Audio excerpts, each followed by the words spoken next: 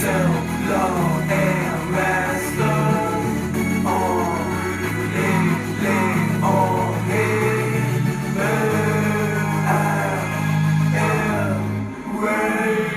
While you believe I become Siggy Tolo, seventh son of the sun, from the one split in two, double the deuce. I am the all, self is law, a selfish call by the one that made it.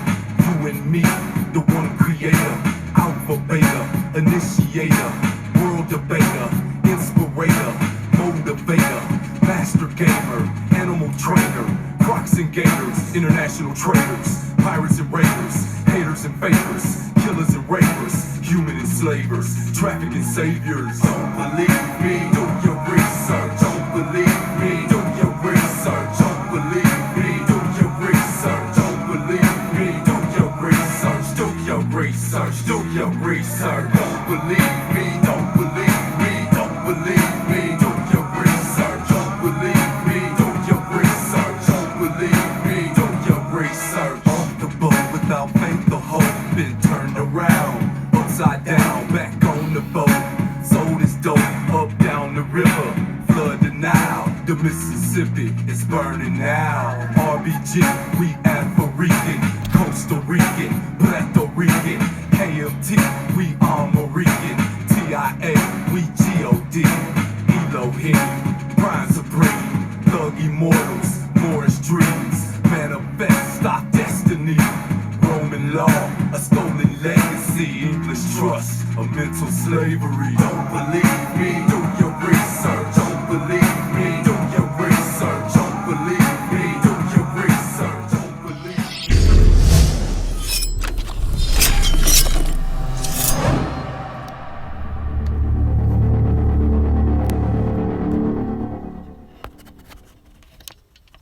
Oh, come on in, family. Come on in, come on in. Come on in. It's that time. It's that time. Come on in, family. Put your nines up. Put your nines up. Let's go.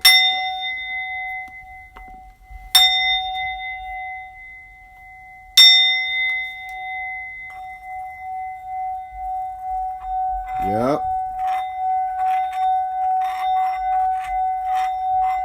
Assalamu alaikum. Shalom. Hotep. Put your nines up. Let's get on frequency. For those who don't know, that's that boy Siggy Polo. That's his record. It's called Don't Believe Me. Doing a special promotion for that song today, for that album he sent me. Shout out to him. Conscious music. Conscious music. It's beautiful when we got brothers and sisters that's out there that's doing the work, giving us that music. I don't promote a lot of music on my show, simply because it's not much out there that's actually worth promoting, and you know, it has to fall in line with the proper guidelines. And Siggy Polo is definitely on point. The album is called Panther Party. Pick it up. You can find it pretty much anywhere. iTunes, Google Play, Tidal, all the good spots. Spotify, it's out there. I'm going to be doing a nice promotion for that today as well. Shout out to him. He's the one that provided this t-shirt today. He's a sponsor for today. Hopefully he'll hop in the room if he's in the room already and put the link up so we can grab that special promotion today on that. And I'll talk about that a little bit later. Or he can put that in the feed. So, let me shout out the first nine. Who's the first nine? Man, y'all was on quick this morning, man. I couldn't even bring up the feed before y'all was on here putting them nines up. I appreciate the energy. Thank you. Want to shout out. This thing is, man, it's moving too fast, man. I can't even see who the first nine are. It's going so fast. They done flipped it up. All right. Well, put your nines up. Let me know where you from. I'm going to give you the first nine that I can see because it's moving so fast that I can't even get the first nine. My apologies for that. But I see Chantel Jackson, Janae, Sonia Sunshine, Janae Elroy, D Nice. Man, y'all crashing the server. Nikki Hunter, I see you. I'm just going to shout out who I see. Cheryl Lee, I see Barbara Fitz. We going all over the place today. Body by Brazil, Kevion, man, I'm gonna have to do something about that because I need to see my first 9, man. Y'all just y'all done blew up the chat. Oh man, y'all, I appreciate the love, yo. I appreciate the love. Toby EGS 369, Doris Whitlock, Nikki Hunter, Bella Lorraine, Juliana Benjamin, Latifah, Queen Latifah, I see you. Peace, Queen. Peace. Flower Bomb, I see you. Diana Williams, Child Icky, I see you. Yo, I appreciate everybody for coming in the room, man. Everybody that's been showing love. I mean, these past couple of days this weekend has been the weekend of heaven for me. It's been the weekend of Nirvana and Imhotep Bliss. I mean, so many blessings over this past weekend. I can't even tell you, but I mean, those of you who have been following, you already know what's going on and what has happened. But today we're going to get into something that is one of the first, I should say, confirmations that I had of how great our African ancestors were. It's the one that boggles everyone's minds. The mystery of the pyramids. The mystery of the pyramids. I think it's important that if we want to deal with Kemet, if we would have to know the secrets of Kemet, right? We would have to know the things that are mysteries of the mind to the lay person, right? And one of them would be how the pyramids got there. So we're going to get into that a little bit. Make sure you hit the thumbs up button. Make sure you hit the subscribe button. Share to your Facebook feeds, family, friends, so on and so forth. This is a powerful lesson. I'm going to go ahead and put this on Facebook now because I think this is one of the single most important lessons that everybody should know. It's the truth about the pyramids. Okay, so to lay the groundwork, laying the groundwork of Kemet. Let's get the setting first. Anytime you tell a story, you got to have the setting right. When we're dealing with Kemet, we're dealing with early pre-dynastic Kemet, right? Early pre-dynastic Kemet. It was a different climate during this time. It had some desert land, but it also had it was really fertile land. In fact, the word Kemet means, it almost refers to the soil at times. People have referred to the black soil as well as the black people, right? They call it the black land, right? The word Kemet actually means black people, but they also referred to the soil because the soil was black. It was really good, fertile soil for planting. When it flooded, the flood would really edify the soil and the minerals. It was just very, very rich. And then there were times when it was famine, where it would get dusty and it would be, not suitable. And you would have to, that's when you have people migrating in and out and doing what they had to do. This is well before they built the canal that separates it from the Middle East and things of that nature, right? So when we're dealing with the pyramids and how they were created, I mean, it's a wonder. When we look at them, we gaze upon them and we say, wow, how are these primitive people able to put together such a marvelous structure? Out of the 7 wonders of the world, this is one of the only few that's actually standing, that we can actually see. How is this actually put together? They say when you look at the stones of the pyramid, they were put together so finely that you can't even put a slice of paper between each individual stone. You couldn't even fit a credit card between each one of the stones. That's how beautifully carved these stones were.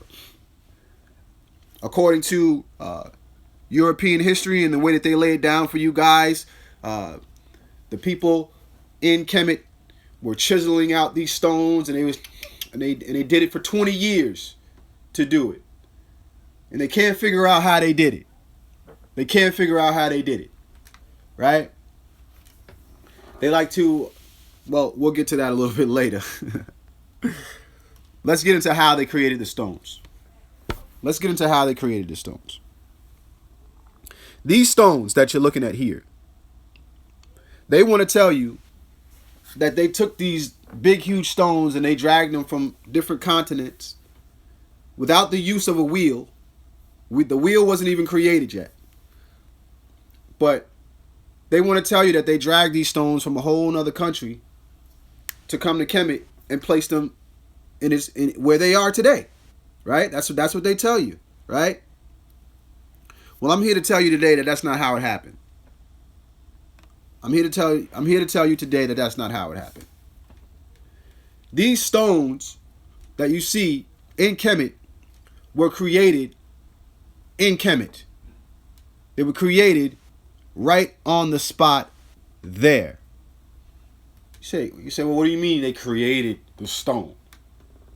You know, they had black magic. Uh-oh. They had black magic.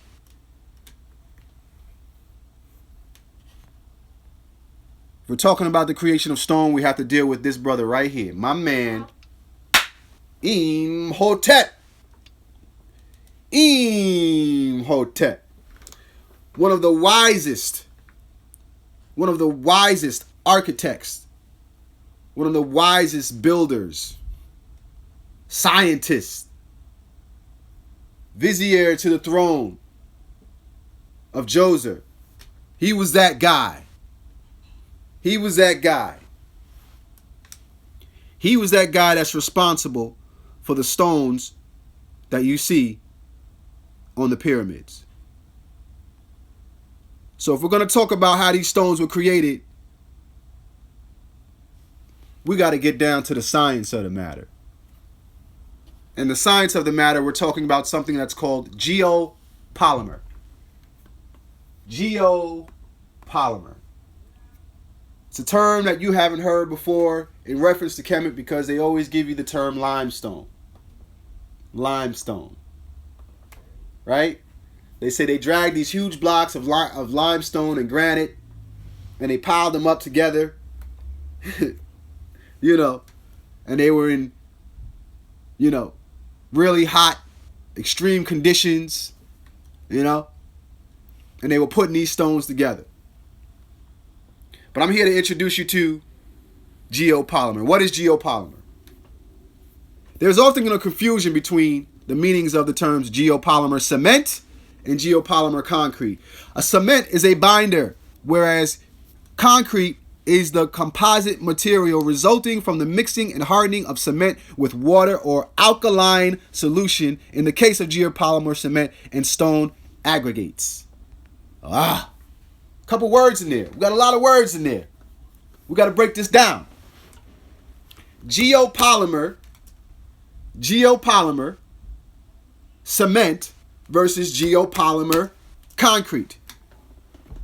Geopolymer cement, let's talk about concrete first. Geopolymer concrete is what you see right now with the stones. This is geopolymer concrete. As a matter of fact, all the pyramids around the world were made of geopolymer concrete. There's a difference between geopolymer concrete and geopolymer cement. Geopolymer cement is when it's still in its liquid form. Cement is when it's in its liquid form. These stones that you see were not chiseled out.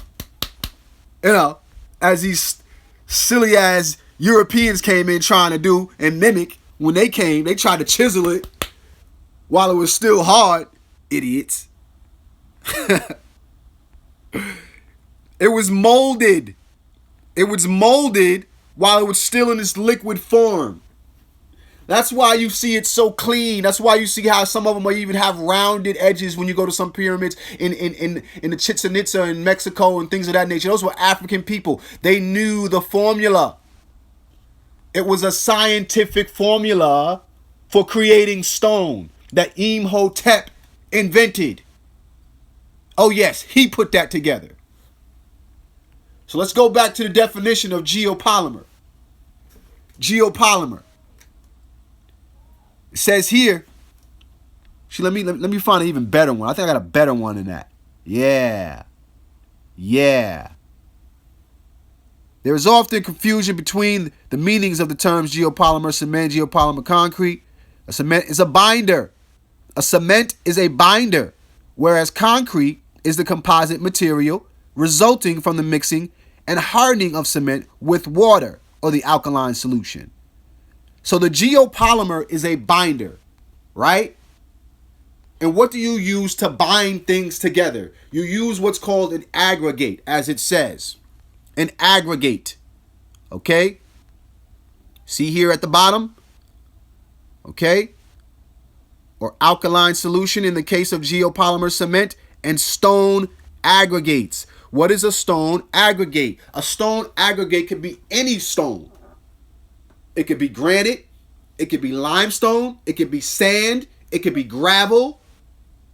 It could be volcanic ash. Any stone that is grounded up, any stone that is grounded up is an aggregate. Aggregate is a type of material used in construction, including sand, gravel, crushed stones, etc. Do you understand? So before they tell you that they had our people running around carrying these big stones on their back, and they had superhuman strengths, right? Or it was giants that put them together. It was the giants. They do anything to take something away from African people. Anything. To tell you that they weren't scientists. That they weren't masterful builders and they dealt with chemistry and alchemy. They will do anything. The truth of the matter is, they put them pyramids together like it was baking a damn cake. Huh? They used chemistry. They used alchemy. Huh? They molded it. Liquid stone. And when it hardens, just like clay, you can make it any type of shape you want. It was like clay. You see? They want to tell you that the pyramids was just something that they put together with some slaves. And they had them working endless hours to put some negative light on Kemet. Not telling you that these were scientists that was building this thing, man. Under the instruction of my man Imhotep. They don't want to tell you that. Huh? Oh yeah. We know how to whip it, Latifah. Huh? We got young boys in the hood right now whipping up cocaine and crack like it ain't nothing. Huh? Young boys. We know chemistry. That's in our core. They didn't teach us that. Huh? Somebody went in there and they whipped it up. And Imhotep was the first one. He was the first scientist. I want y'all to get a book. It's called Imhotep. And in there, he actually quotes himself as saying that he put it together. He created a compound of liquid stone, something like baking a cake, something like putting together a cake. I forgot what kind of cake, what he called it. It was a different word that he used instead of cake. But it was their version of cake in Kemet. And he quotes it, saying that. But if we don't do the research on it, we never going to find it. We never going to realize that they didn't have nobody. You say, well, why would they lie, Jamaar? Why would they lie on Egypt? Because they want to usurp their damn religion in there and tell you that the damn Israelites was in there under bondage dragging these stones. That's why. Huh? It's always going to come back to that. For power and control. That's what it come down to. That's the reason why they sold you that damn story. Huh? Those stones wasn't in that form. Not until it was created. They didn't drag that hundreds of miles. Huh? What are you talking about? That stone was looking like this when they brought it in there. It was like that. And that limestone was everywhere. The hell is you talking about? That limestone was everywhere. They was walking around on it. Huh? They didn't have to drag it from, what? You can use sand, gravel, you could have used anything in there. It was everywhere. Let's talk about this for a second. Huh? Crushed limestone aggregate. It's higher yields. Limestone is very durable and wear resistant, which contributes to high spread rates. It's lightweight. Limestone is about 6% lighter than granite aggregate or gravel. Its permeability. Limestone is an ideal product for maintaining natural water flow and drainage while meeting regulatory compliance for managing runoff. Why do you think it lasts so long? Controlling pollutants and sustaining forestry. What? Versatility. Various grade sizes of limestone make it ideal for a broad range of applications such as, I can't even see that word, filter, yes, base course, landscaping, and agriculture. Availability. Limestone is plentiful throughout North America. Its affordability. Limestone is one of the highest value / lowest cost construction aggregates available. Crushed limestone aggregate is popularly used for base course, ready mixed concrete, and asphalt. And production in construction. Limestone is the best aggregate that you can use, and Imhotep laid down that work for us to have that knowledge already. He did that. So before we was walking around on the concrete like we got now with streets and roads and all that, they took that technology from Imhotep. He invented it. He created the source. That's a fact. So what they're going to do is they're going to tell you, oh yeah, we don't know how they did it. That's a damn lie. That's a damn lie. We know how they did it. Let me see if I can pull up something. Let me show you this real quick.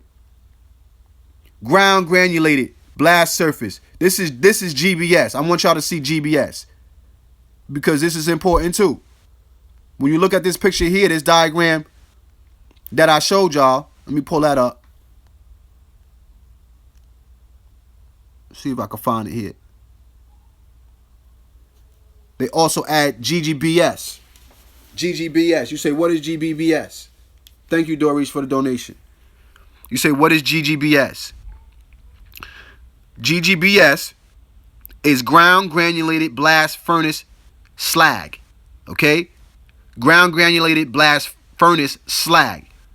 And it's obtained by quenching molten iron slag, a byproduct of iron and steel making, from a blast furnace in water or steam to produce a glassy, granular product that is then dried and ground into the powder. So first, when they get it, it's just grounded up rocks. It's grounded up rocks. They take that grounded up rocks, add it with the solvent, add it with the water. You understand? And it creates this mold. It's like clay. It's molding clay, literally. So you say, well, where's the mold at? How did they create them? And they all the same size. Well, if you go inside the king's chamber, you'll see your mold right there. It's still there.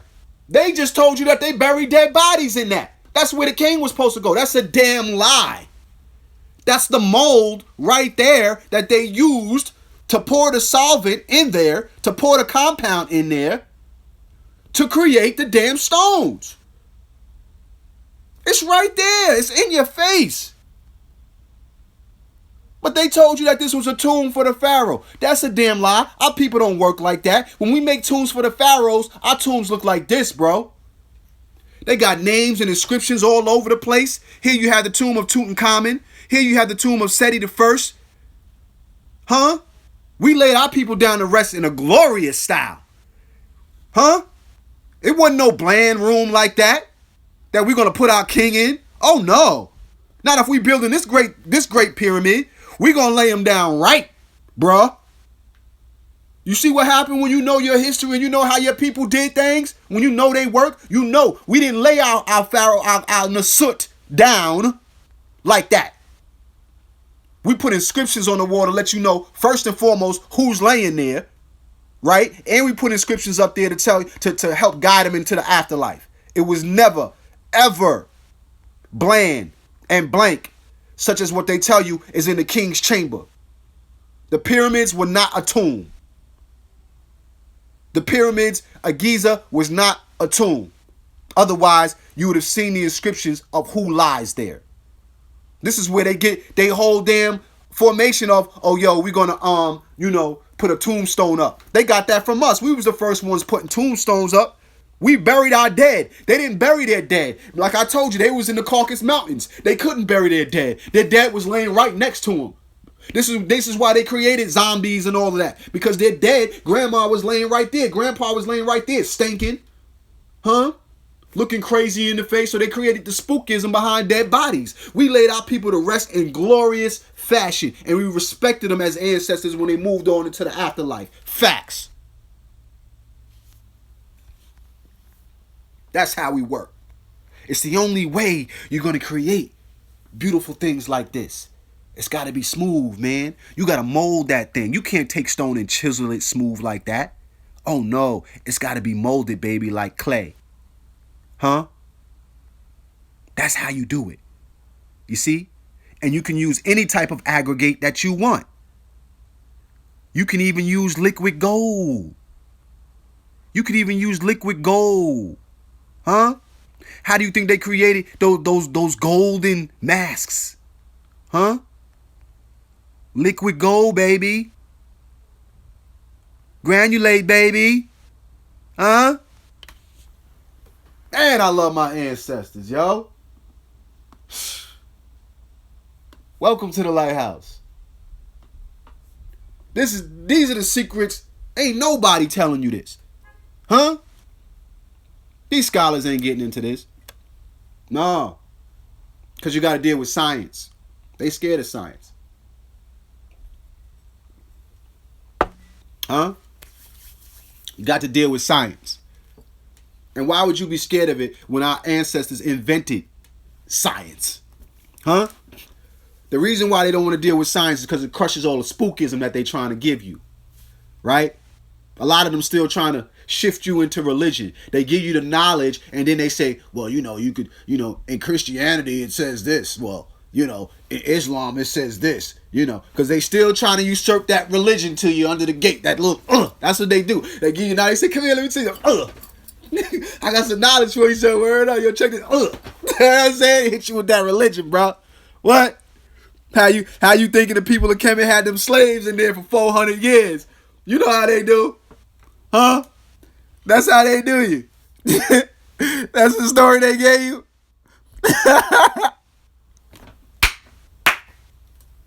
Yo, bro. I can't, yo. We were in bondage for 430 years. Moses set us free. It was Moses.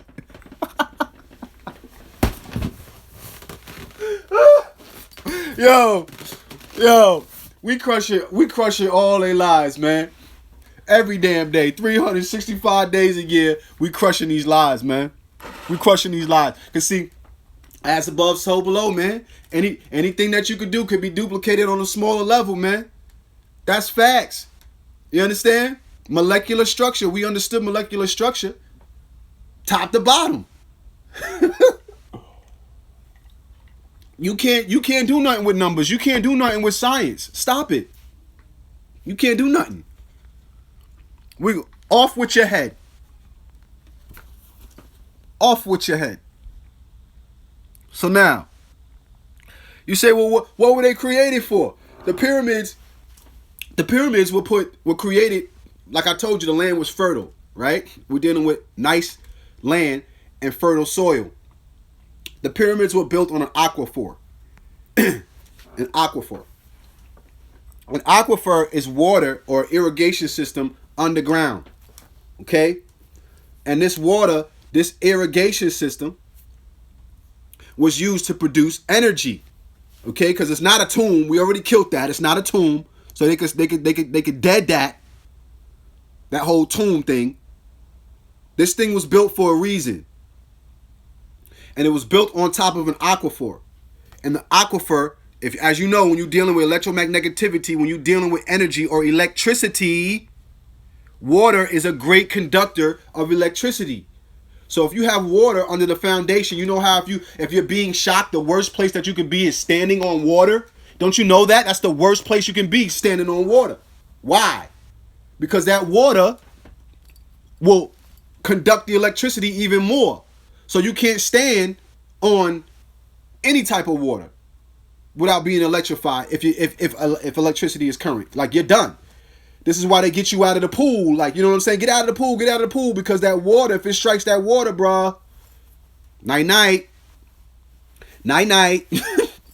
Like I told my son Judah, you ready to go night-night? Oh, yeah. You're going night-night.